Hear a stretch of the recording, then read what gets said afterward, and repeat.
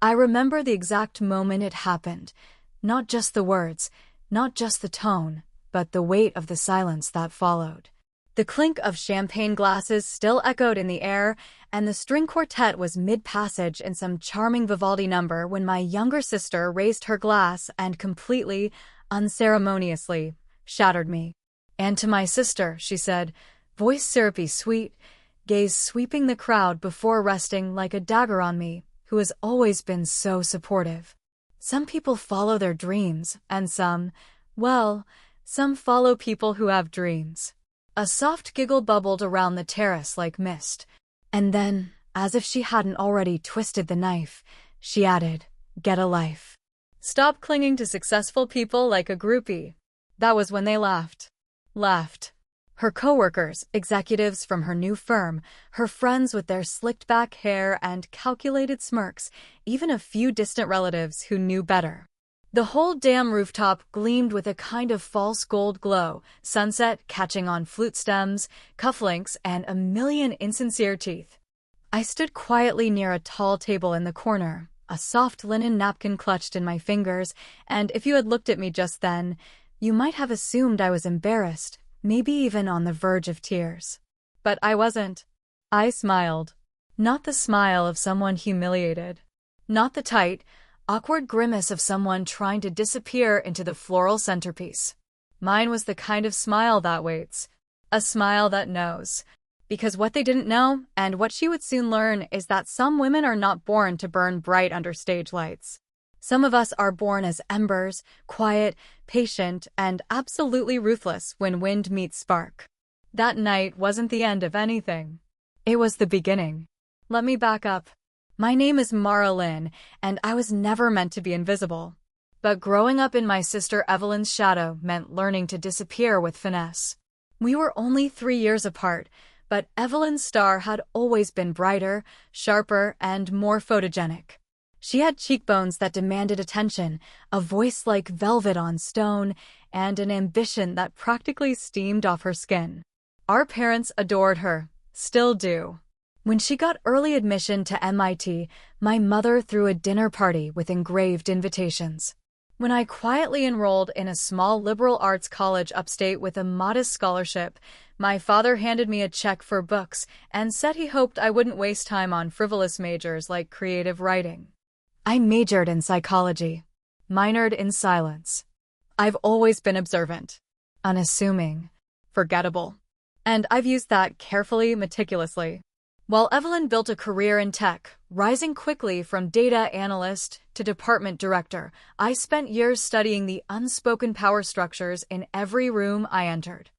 I read people the way she read code, learned where the fault lines were and how to tap them softly until they cracked open. I wasn't aimless. I wasn't clinging. I was waiting. And when Evelyn gave that speech, when she insulted me in front of 200 people, reduced me to some pathetic, orbiting moon around her brilliance, I didn't crumble. I took a deep breath, held my glass up in mock cheers, and waited for the ripple. Because she had just given me what I needed, the justification. The moment that turned years of quiet calculation into purpose. The plan had already been set in motion weeks before. 2 months earlier, I had stumbled upon something. Not a secret. Not exactly. But a chink in Evelyn's flawless armor that most people would have overlooked. I was house-sitting for her while she and her fiancé, Jason, an architect who wore scarves like affectations, were off in Milan for some immersive leadership retreat. Evelyn, despite her coldness, trusted me with practical things. She never feared I'd rifle through her things. I think she truly believed I wasn't curious enough to care. But that trust was her first mistake. It started with an alert on her smart fridge. Some payment failure for a wine subscription, minor. But when I tapped through the notifications, I saw something strange. An expense categorized under private discretionary account. One that wasn't under her name. One that linked, somehow, to a foundation I didn't recognize. Halverson Wellness Development. I'm a psychology major, remember? I have a nose for names. So I Googled. Then I dug deeper. Through nonprofit registries. through archived corporate filings, through an online message board of whistleblowers. What I found was a trail Evelyn had either buried badly or hadn't even considered burying. She had helped establish a shell foundation under a fake name, Claire L. Weller, which sounded enough like Evelyn Claire Lynn to be poetic. The foundation was receiving quiet donations from a private medical entity linked to a name I recognized instantly. Richard Halverson. A man I had read about years ago in a half-forgotten article buried in microfilm at a university library. A man once accused of performing unauthorized cognitive tests on unwilling psychiatric patients. A man who had never been charged. Evelyn's foundation was laundering his money. And suddenly I knew. This wasn't about revenge anymore. Not just about reclaiming my name or exposing my sister's cruelty. This was about something bigger. Something dangerous. And now, after her rooftop insult, I had nothing to lose. I started small. I sent an anonymous tip to a journalist I admired, Melina Jameson, who had written an explosive piece on the pharmaceutical industry last year. I used a burner email, included screenshots, source links, and the words "Start here." No name, no context, just enough to pique interest. Then I reached out to a contact I had been cultivating for months, Gareth, a systems analyst who freelanced in the ethical hacking space. I'd met him at a cybersecurity seminar, struck up a conversation about biometric vulnerabilities, and kept in touch. Gareth owed me a favor. I called it in. Within days, I had access to metadata Evelyn thought she'd deleted. Contracts, spreadsheets, internal memos, all signed digitally under that pseudonym. I didn't plan to go nuclear. Not yet. Because if there's one thing more satisfying than revenge, it's watching someone unravel piece by piece, thread by thread, while you stand nearby holding the scissors. I made copies, sent them to 3 secure locations, printed the most damning ones, and stored them in a locker I paid cash to rent. I even created a fake foundation myself, sister project, same name, different mission. A quiet homage to the woman Evelyn had publicly discarded. Then I waited for the next move. And it came, faster than expected. A week after the rooftop humiliation, Evelyn's voice chirped on my phone like nothing had happened. "Hey, Mara," she said, saccharine and slightly out of breath. "I hope you're not mad about the speech. You know how I get when I'm nervous." I could hear her pacing, could almost smell the perfume that wafted behind her in expensive clouds. "You've always been so grounded," she continued. "I actually wanted to talk to you about something. I have a favor to ask." Project."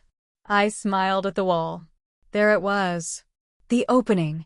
The next thread, offered willingly. "Of course," I said, my voice like honey dipped in steel. "I'd love to help." Because I wasn't finished yet. Not even close. 6 months earlier, I was in a place I hadn't visited in years, a quiet co-working studio on the far side of the city, tucked between an aging record shop and a dim, nameless bar that hadn't changed its signage since the early 2000s.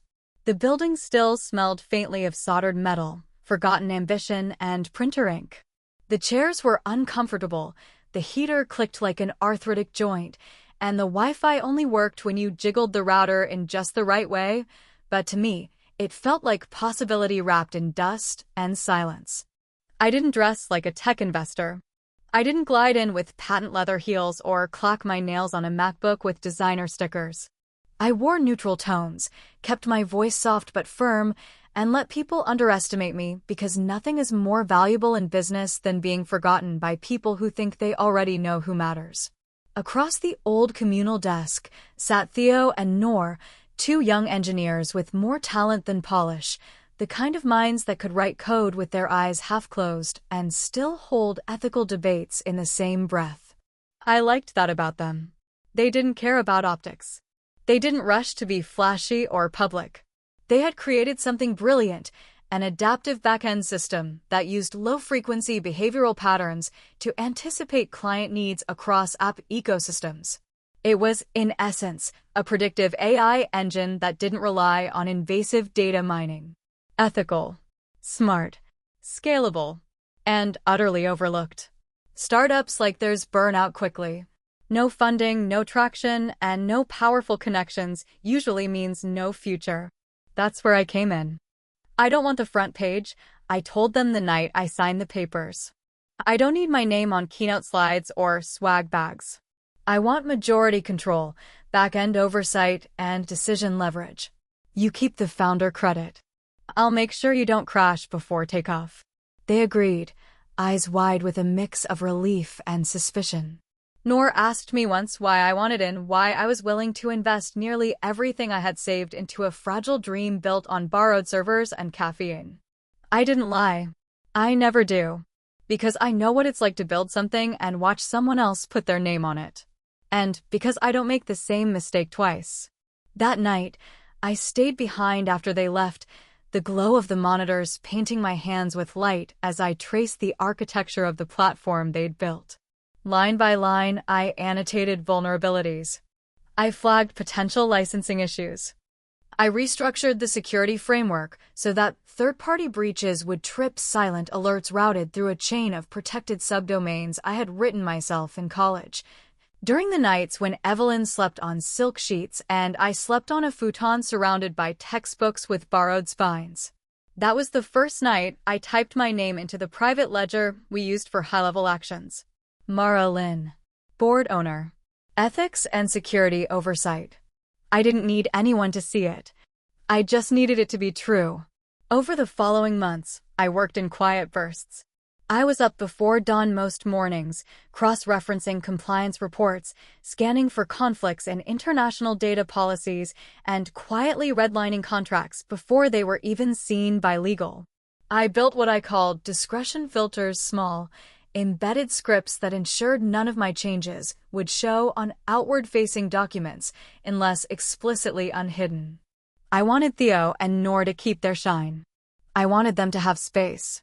But I also wanted to make sure they'd never be used the way I once was, smiled at in meetings and erased from every narrative that followed. And from the shadows, I watched Evelyn rise. The company was called Virion, a name that sounded vaguely medical, futuristic, and intentionally forgettable. Theo thought it had a nice ring. I thought it was ironic, since Virions are small birds that camouflage in plain sight. Evelyn joined through a talent acquisition funnel during our Series B expansion.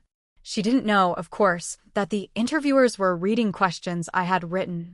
She didn't know that the project she'd be working on, an ethical deployment simulation system for healthcare APIs, was my proposal. Drafted during one of my midnight walks when the only sound was my own footsteps and the low hum of traffic beyond the street lamps. She nailed the interview. Naturally. Evelyn could talk her way into a locked room with nothing but a smile and a data sheet. When the hiring team gave me the final approval file to sign, I didn't hesitate. I co-signed her offer letter without a flicker of emotion. Not because I wasn't angry, but because I was focused. Because war waged slowly tastes better when it's served with precision. The first time Evelyn entered the building, I wasn't there. Of course not. I watched the security feed from the private channel linked to our secure admin server. She wore cream and gray, flawless color theory, as always, and carried a leather folio under her arm like it had secrets worth protecting.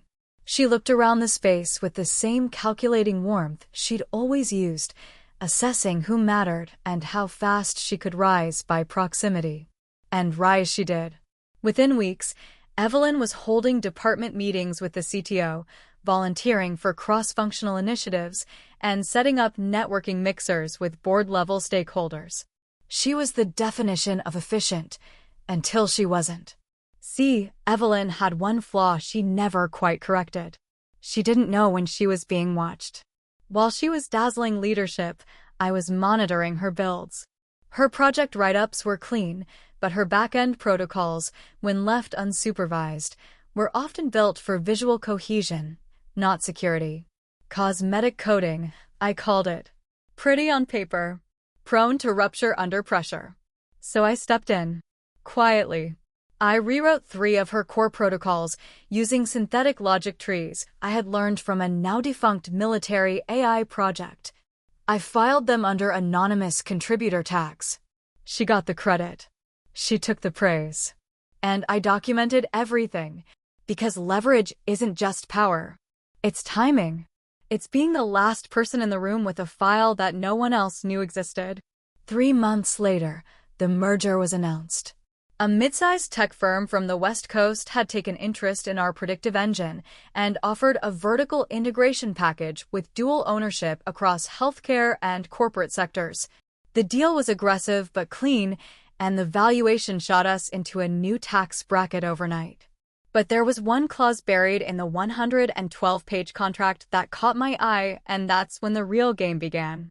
In the new structure, every employee paycheck over a certain threshold had to be co-signed by at least 2 board members. It was designed as a risk mitigation measure, something the acquiring firm used to prevent overinflated compensation packages from being greenlit without oversight. The change was supposed to be invisible to staff. But invisible doesn't mean untraceable. And Evelyn?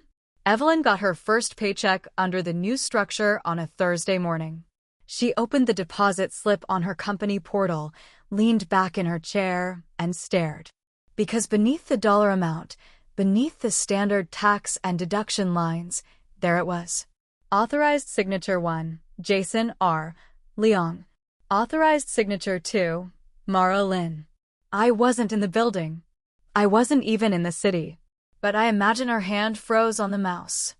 I imagine the heat rising in her face as she realized, after all these years, after all the subtle dismissals and backhanded praise, after reducing me to a groupie at her celebration. She worked for me. That same afternoon, she called me. She didn't even try to hide the tension. Mara, she said, voice clipped and cold. Did you invest in Virion? I paused, just long enough for the silence to stretch between us like a drawstring pulled taut. That's a complicated question, I said calmly. Legally? I own 52.3% of the internal Class B shares. But I don't operate under a visible profile, so unless you're on the clearance chain, you wouldn't know. You signed my paycheck. That would be correct. The silence this time was heavier. You set this up? She finally whispered. You positioned yourself behind the board and waited? I didn't answer that part directly.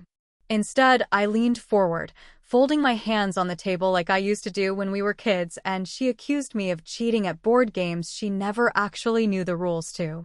You know, I said, my voice steady and even, I always wondered what it would feel like to be the invisible architect of someone else's rise. To build the floor they stand on while they reach for praise. It's fascinating. Almost poetic.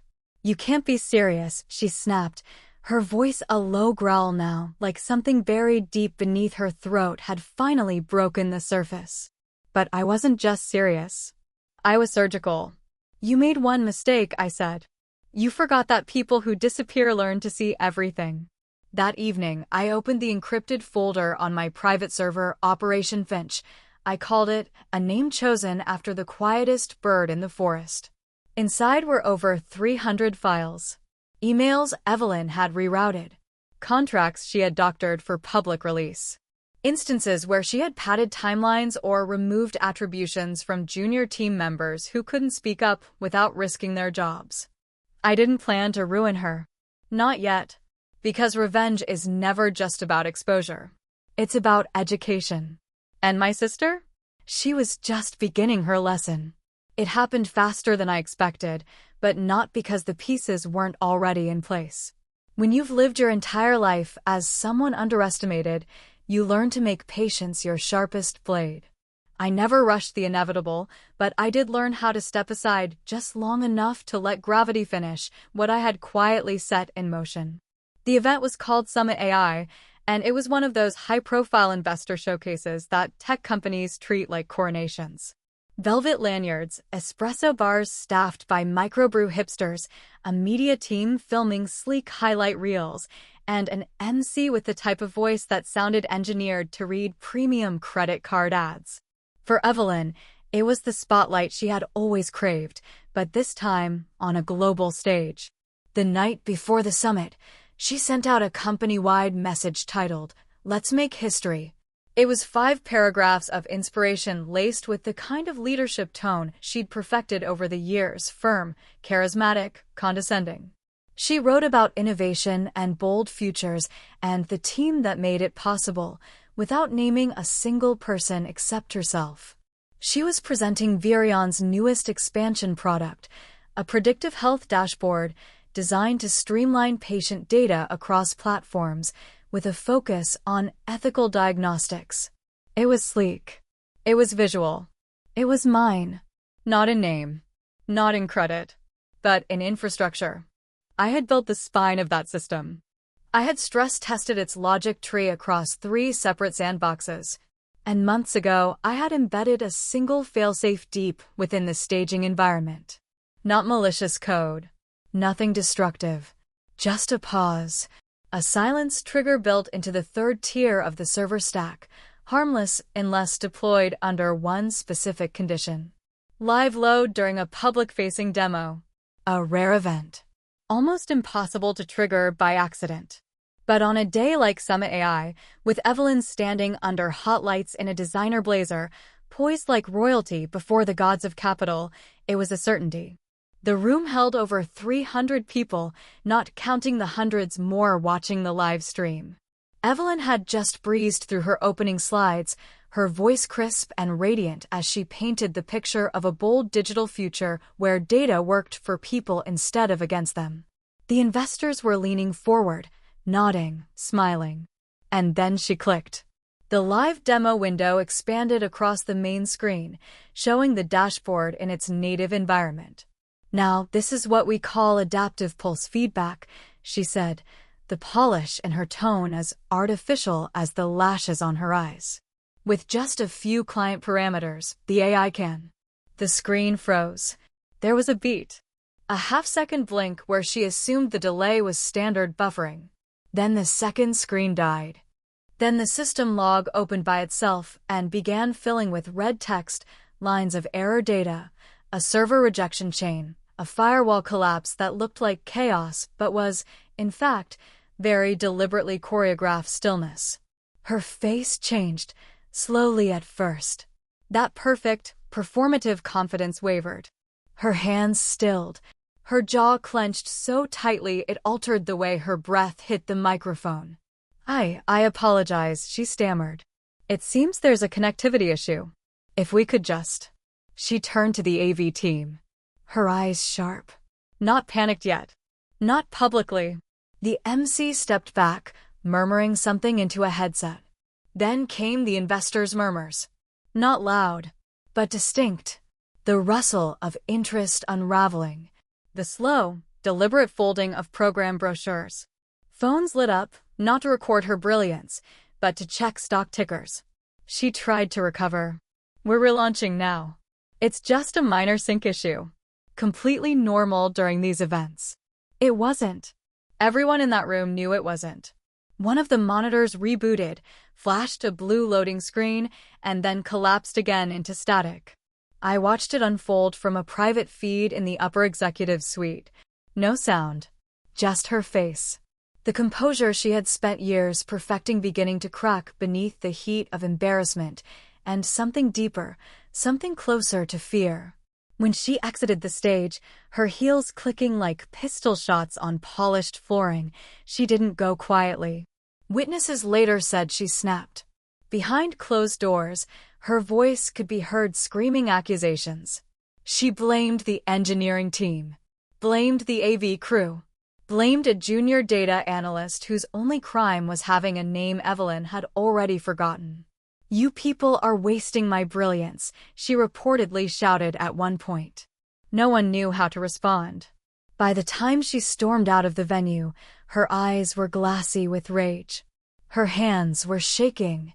She didn't speak to press. Didn't greet the sponsors.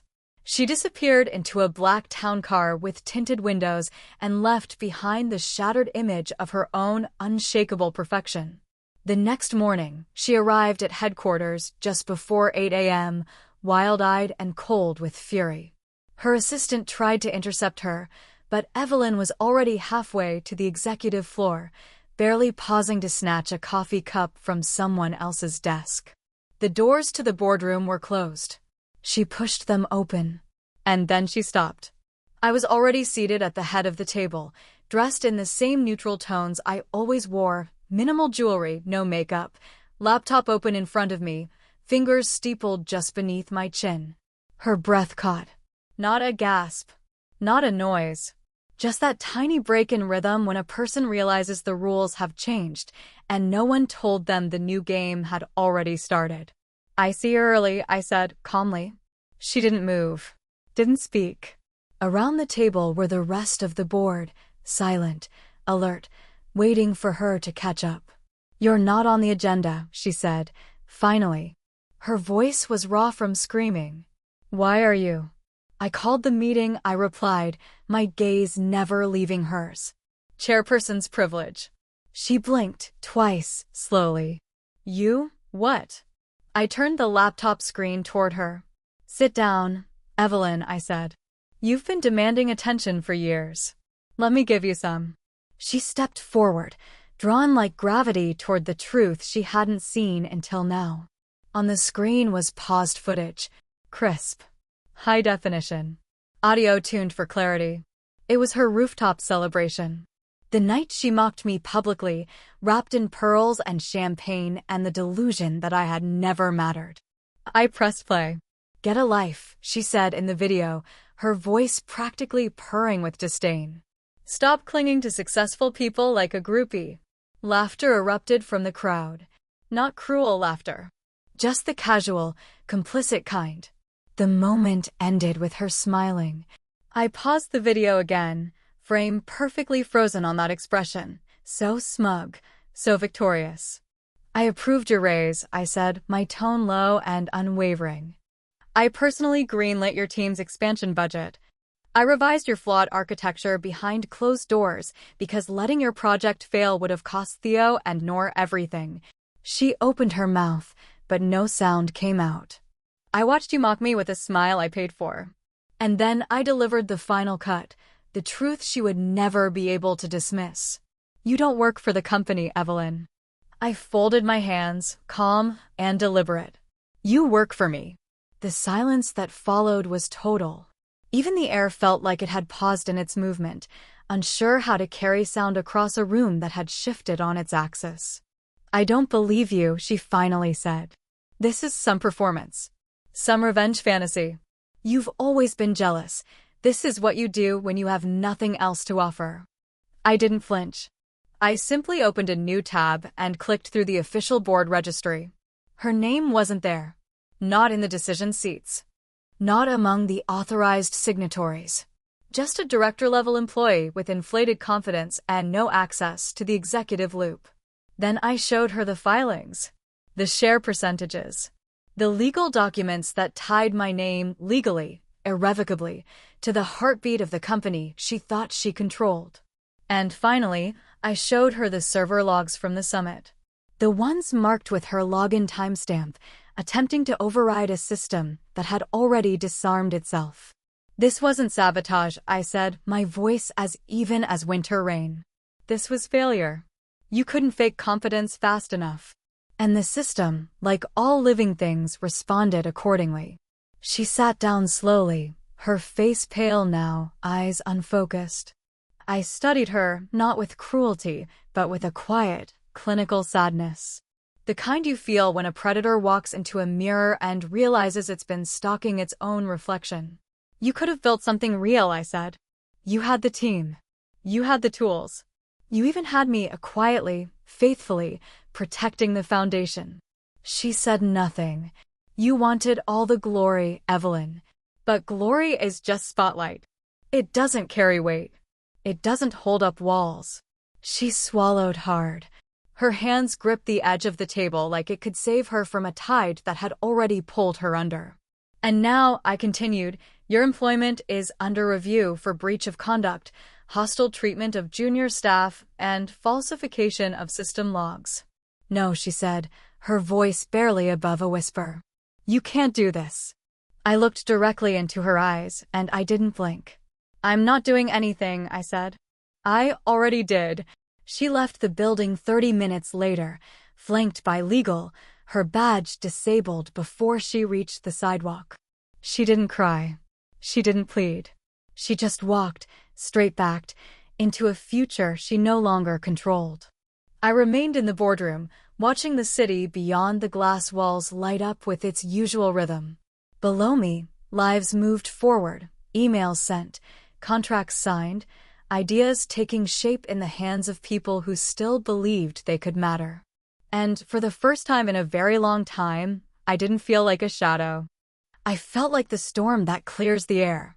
It's strange, really, how people assume that the end of something is always marked by thunder, by crashing doors, screaming matches, or dramatic exits under cold fluorescent lights. But I've found that most endings, the real kind, the ones that last, arrive in silence. Like a page turning itself in a room no one noticed had gone still. The morning after Evelyn was escorted from the building, I requested a private meeting with human capital and legal. No fanfare. No public crucifixion. I asked for the conference room with no windows, the one usually reserved for sensitive negotiations and internal restructures. I knew she wouldn't accept the olive branch, but I offered it anyway. Because power isn't about crushing someone when they're already crawling. It's about giving them a door and watching which way they choose to walk through it. I made the offer direct. Plain. Clear. Full severance. Immediate resignation with dignity. A non-disclosure clause that would protect her reputation in the industry. No press releases. No leaks. Just silence and the dignity she'd always claimed to cherish. She didn't speak for a long time after the terms were laid out. Her face was calm, eerily composed, but her eyes burned in that quiet, dangerous way, like the air right before lightning splits the sky. And then, as I expected, she chose the path most like her. "I won't be erased," she said, her voice low but shaking with the weight of her ego. "Not by you. Not by this company. You think you're so clever, so noble, sitting up there like you've won some great war. But I have connections. People will listen to me before they ever believe you." I leaned back in my chair, watching her with the same careful detachment I once used when observing live fire simulations in grad school. I didn't flinch. I didn't gloat. I simply nodded once and stood. "You always assumed I wanted applause," I said quietly. "But I never needed a stage to be effective." She made her move within hours. A teary-eyed post on her social media, claiming corporate sabotage. Photos of her badge, desk nameplate, and an old group photo where she conveniently cropped out half the team. The caption was dramatic and calculated. After years of service and innovation, I was blindsided by the very system I helped build. Women deserve better. The post spread like spilled ink. She did interviews. Claimed victimhood. Painted herself as the underdog crushed beneath a mysterious shadow board. She even offered carefully worded allegations of internal power abuse and professional jealousy. She didn't name me. But she didn't need to. People connected the dots fast. The media thrives on irony, and the moment someone uncovered the rooftop footage, captured in full resolution by a guest's live stream, then reposted by an obscure tech blogger under the headline, "CEO's sister bullies her boss without knowing it," it was over. It exploded like dry kindling beneath a torch. Clips of Evelyn mocking me, laughing into the mic, calling me a groupie with the kind of venom wrapped in sugar that made audiences recoil. Those clips went viral in less than 12 hours. Not because they were particularly cruel, but because they revealed something deeper, the certainty with which she had dismissed me. The way she never imagined I could be anything but lesser. People dissected every second of it. Comment threads filled with disbelief and anger. Think pieces sprouted overnight on tech culture, family dynamics and leadership, and the cost of underestimating the quiet ones. She tried to recover. Released statements. Claimed it was taken out of context. Said she had been joking. That we were playfully competitive sisters. But the press had already shifted. No longer her weapon. Now her reckoning. Within 72 hours, every investor summit dropped her from their keynote rosters. Panels rescinded invites. Her inbox, once overflowing with offers and praise, now returned with silence or thinly veiled rejections. "She's toxic," one executive was overheard saying at a Bay Area networking event. "Burned the wrong bridge with the wrong person." And she smiled while doing it. The company issued a formal statement: "We do not tolerate workplace hostility, including instances of personal misconduct or professional misrepresentation, regardless of status or title." It was swift, clean, final. I didn't gloat. I didn't tweet. I didn't need to. Instead, I booked a table at a cafe near the water, the kind with warm lighting, mismatched mugs, and a chalkboard menu that still changed daily, depending on the owner's mood. I ordered tea, not coffee. Black, with lemon and a whisper of honey. I always preferred bitter with a hint of sweet. My laptop sat open in front of me, documents half-read, a marketing proposal from Theo in my inbox, and a new ethics panel invite blinking softly in the corner of my screen. And then, the message came. It wasn't long or elaborate. Just a name I recognized from a quiet mentorship program I had funded discreetly through one of our educational outreach grants. The young woman's message read, "Thank you. Watching you taught me that silence isn't weakness. It's strategy." I stared at it for a moment, not out of disbelief, but out of something more settled, something earned, something no rooftop speech could ever tarnish. And then I smiled. This time, not out of pain, but in victory. My sister didn't just fall. She unraveled. I later heard she tried to spin her story again, rebranding herself as a truth-teller who had been censored for her strength. But people remembered. The clips were too clear. The evidence too undeniable. And the industry? The industry moved on without her. The same men who once praised her charm in boardrooms now avoided eye contact when she passed them at conferences. Recruiters who once headhunted her now used her as a case study in what not to do with influence. And me? I continued forward. I expanded Virion's outreach initiatives, doubled our internship acceptance pool, and introduced a new internal policy where all junior team leads had bi-monthly access to executive mentorship. I set up a channel for anonymous feedback. I held closed-door listening sessions with employees who never thought their ideas mattered. The company flourished. Not because of me, but because the people who were always overlooked, the ones like I used to be, were finally allowed to speak, to build, to lead. Months later, I was walking through the quiet corridor of a university library, there to give a lecture on AI ethics and moral design, when I passed a bulletin board covered in photos of alumni. Bright eyes, confident stances, framed quotes that screamed hope and vision.